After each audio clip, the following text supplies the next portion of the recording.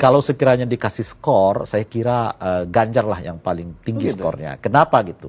Karena yang saya sebutkan itu tadi, dia mengambil dua keuntungan sekaligus. Pertama adalah menempatkan posisi Anies dengan Pak Prabowo yang saling berhadapan. Itu menguntungkan dia karena selama ini kan dia yang dipikir selalu berhadapan dengan Pak Jokowi kan gitu ya gitu. Di forum itu dia balik, bukan saya gitu. Tapi itu Anies sebetulnya yang potensial menjadi tanda kutip ya oposisinya Pak Jokowi gitu. Oleh karena itu jangan berpikir saya akan meninggalkan Pak Jokowi lah gitu. Nah, yang kedua adalah kemenangan Ganjar itu, yaitu yang saya sebut tadi. Nah, ketika dia mempertemukan dua orang ini, saat yang bersamaan dia membentuk sebetulnya posisi dirinya sendiri gitu loh. Iya. Nah, tadinya orang cuma ngelihat anti atau pro nih. Gitu. Nah, dia membentuk posisinya sendiri gitu dan mencoba memperkuat posisi itu sebagai moderat yang saya sebutkan tadi di tengah gitu kira-kira. Nah, saya tidak tahu apakah Anies memang sengaja mau frontal atau tidak, mempertegas posisi dia sebagai oposisi atau tidak. Saya nggak tahu dalam konteks itu. Dan itu momen itu mungkin dibaca oleh Ganjar sehingga justru diperkuat oleh Ganjar perbedaan itu. Sembari saat yang bersama dia menegaskan posisinya di tengah-tengah gitu ya. Nah, kenapa itu penting bagi Ganjar? Karena ada undecided voter ini yang sekitar 28, sekian persen dalam kalau kita mengutip surveinya Kompas gitu.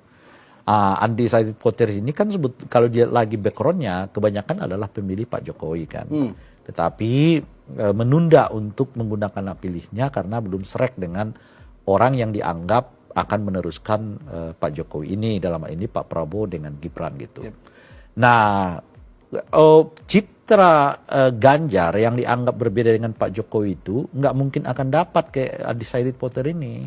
Maka disitulah dia mempertegas kembali bahwa dirinya ini adalah orang yang siap melaksanakan apa yang menjadi kebijakan Pak Jokowi, tetapi ada pembaharuan-pembaharuan, ada perbaikan-perbaikan di aspek yang kita sebut ini tadi kan, hak asasi manusia gitu. Sehingga dengan begitu pesannya kepada undecided voter ini kena gitu loh. Undecided voter ini kan khawatirannya itu mungkin mereka belum setuju, belum yakin, belum merasa percaya benar bahwa Pak Prabowo ini akan melanjutkan kepemimpinannya Pak Jokowi gitu. Bukan karena niatnya ya. Kalau niatnya Pak Prabowo itu saya kira mereka percaya juga bahwa niat Pak Prabowo itu akan melanjutkan. Tapi ini kan soal kemampuan juga, kan? Keberanian juga, ya kan? Pemahaman juga terhadap apa yang sebetulnya ada di dalam pikirannya Pak Jokowi gitu. Sehingga mereka menunda ya untuk segera memberikan suara kepada Pak Prabowo gitu ya. Meskipun kemudian Pak Jokowi makin kelihatan mendukung Pak Prabowo kan gitu. Nah, dengan debat tadi malam itu memberi kode yang cukup kuat kepada undecided voter ini bahwa mereka nggak perlu ragu kepada Ganjar untuk meneruskan kebijakan-kebijakan Pak Jokowi, karena bukan saja beliau sebelumnya bagian dari Pak Jokowi gitu, tapi beliau dari aspek manapun memang dekat dengan Pak Jokowi gitu loh. Dari aspek kultur sama, ya kan? Dari aspek pemikiran udah jelas mereka udah sama-sama dari Pak Jokowi di Solo dan sebagainya. Jadi apa yang sebetulnya terpikir oleh Pak Jokowi itu dengan sangat mungkin menurut saya jangan-jangan lebih bagus lagi, lebih dikuasai sendiri oleh Ganjar dibandingkan misalnya tokoh-tokoh yang lain yang bersama dengan Pak Jokowi gitu. Betul. Ya. Nah, ditambah dengan menurut saya kerja.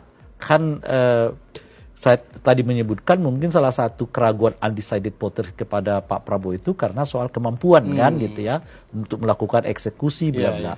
Nah, dalam konteks itulah ya mungkin salah satu keunggulan Pak Ganjar karena kemampuan eksekusi mungkin akan jauh lebih baik dengan istilah satset itu kan gitu. Betul. Nah, oleh karena itu saya menyebut dari debat ini saya lihat Pak Ganjar mengambil banyak sekali keuntungan karena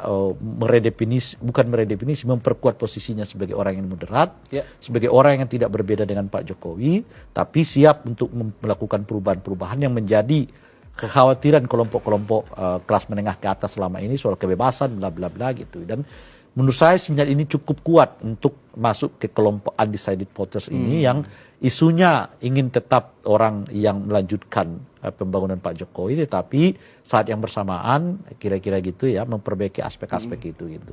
Nah oleh karena itulah saya mengatakan kalau dikasih skor, nah Ganjar itu dapat 45, ya sementara Anies itu dapat 35, Oke.